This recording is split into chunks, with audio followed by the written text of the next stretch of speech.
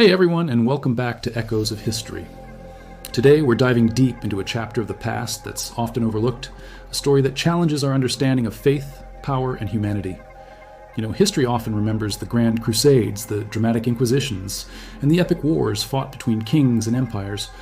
But what if I told you that hidden deep in the shadows of medieval Europe lies a tragedy far more complex? A genocide, not against pagans or distant infidels, but against Christians themselves. This is the forgotten Christian genocide, a powerful yet heartbreaking story of division, persecution, and faith twisted and betrayed. Get ready, because what you're about to hear might just change how you see the Middle Ages forever. After the mighty Roman Empire crumbled, Europe found itself in a state of flux, divided not just by shifting borders, but by deeply held beliefs. On one side, the formidable Catholic Church reigned supreme in the West, establishing its spiritual and political authority. On the other, the Eastern Orthodox world held strong, centered around Constantinople with its own rich traditions. For centuries, these two branches of Christianity largely coexisted, albeit with growing theological differences. But as the medieval era progressed, the Western Church's thirst for control, its desire for absolute theological and temporal power, grew stronger and more assertive. Imagine a map of Europe during the 11th, 12th, and 13th centuries, a tapestry of kingdoms, duchies, and emergent nations. Yet, beneath this political landscape, there was a spiritual fault line. It was in this period that entire communities of Christians who dared to interpret the Bible differently, who questioned the growing opulence and perceived corruption of the dominant church, were branded as heretics. These were not foreign invaders or hostile armies. These were fellow believers, fellow Europeans, men and women who simply sought a different path to salvation. And tragically, for their independent thought, they were often met with brutal force, wiped out in the very name of God. It's a chilling reminder of how belief can be weaponized when power is at stake.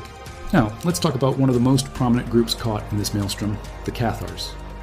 Imagine southern France in the 12th century, a vibrant, culturally rich region known as Languedoc. Here, a spiritual movement blossomed, known as the Cathars, or the Pure Ones. They believed in a dualistic universe where a good God created the spiritual world and a lesser, evil God created the material world. This led them to advocate for purity, simplicity, and equality, rejecting the hierarchical structure and perceived materialism of the established church. They lived ascetic lives, encouraged spiritual growth for both men and women, and their message resonated deeply with many, from peasants to powerful nobles.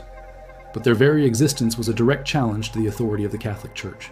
They questioned doctrines, rejected sacraments they considered corrupt, and translated scriptures into the vernacular, allowing ordinary people to read and interpret them for themselves.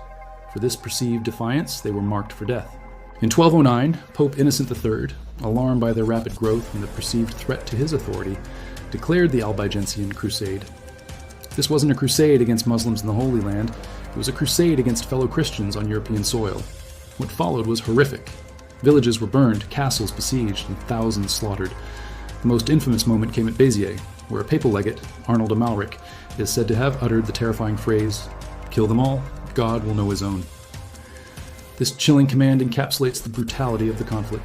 It didn't matter if you were a Cathar, a Catholic, a man, a woman, or a child. If you were in a town suspected of harboring heretics, you were a target. Even fellow Christians who dared to shelter or sympathize with the Cathars were executed alongside them. The Waldensian Crusade wasn't just a military campaign, it was a campaign of terror, designed to eradicate a belief system and assert absolute power. It profoundly reshaped southern France, leaving a legacy of destruction and fear, and almost completely wiping out the Cathar movement.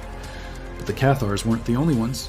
Next came the Waldensians, followers of Peter Waldo, a wealthy merchant from Lyon who, in the late 12th century, gave away his possessions and began preaching a life of poverty and evangelical simplicity.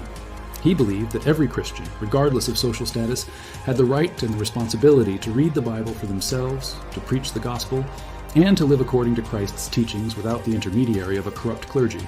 The Waldensians preached peace, communal living, and rejected many church doctrines, including purgatory and indulgences. Initially, Waldo sought approval from the church, but his movement, with its emphasis on lay preaching and direct scripture interpretation, was seen as subversive. By 1184, they were excommunicated and declared heretics. Unlike the Cathars, who were largely concentrated in southern France, the Waldensians spread throughout Europe, particularly finding refuge in the remote, rugged valleys of the Piedmont region in the Alps. Imagine these dramatic, dark mountain scenes offering both sanctuary and isolation. It was here, in these unforgiving landscapes, that they faced relentless persecution for centuries. Massacres were common. In various campaigns throughout the late Middle Ages and into the Reformation, thousands were killed, entire communities wiped out. Families who had lived for generations in these hidden valleys, simply seeking to practice their faith as they understood it, were brutally hunted down. Their crime? Daring to seek faith without Rome's permission, daring to interpret the Bible for themselves, and daring to live a life of spiritual independence. Their resilience, however, is a testament to the enduring power of conviction, as a small Waldensian church still exists today, a true echo of history. What makes these persecutions so profoundly tragic and deeply disturbing is that they weren't the typical wars of religion fought against what was then considered outsiders, followers of other faiths, or those deemed infidels. No, these were wars of power waged against brothers and sisters, against fellow Christians, people who prayed to the same Christ, who believed in the same core tenets of God's love and salvation. Imagine the horror and confusion of believing you are fighting for God, while simultaneously slaughtering those who also claim to be doing God's work. It's a dark mirror reflecting humanity's capacity for cruelty, even in the name of piety.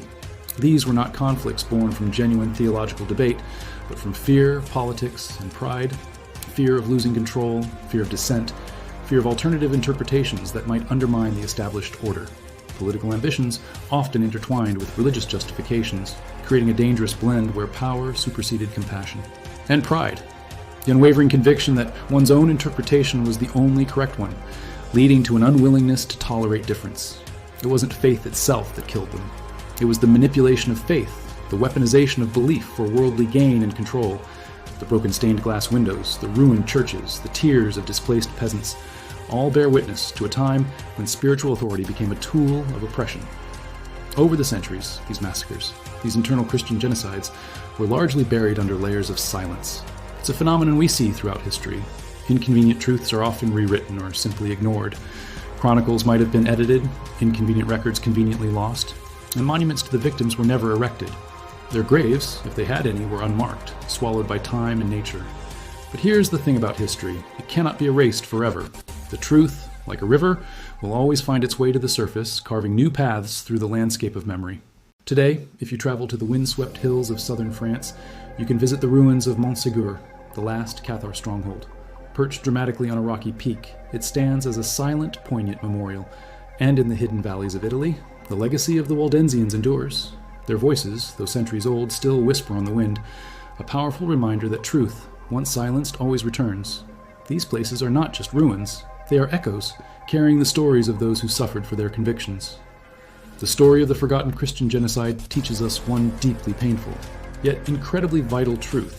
Even the most sacred and beautiful concept, like faith, can become a dangerous weapon when it is wielded by power, when it becomes intertwined with control and intolerance.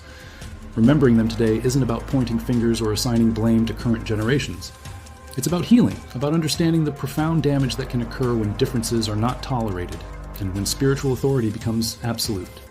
It's about learning the crucial lesson that genuine faith should inspire compassion, humility, and respect for all, not violence or suppression. Let their forgotten voices remind us of the enduring importance of religious freedom and the peaceful coexistence of diverse beliefs. Thank you for joining us on this journey into a lesser-known corner of history.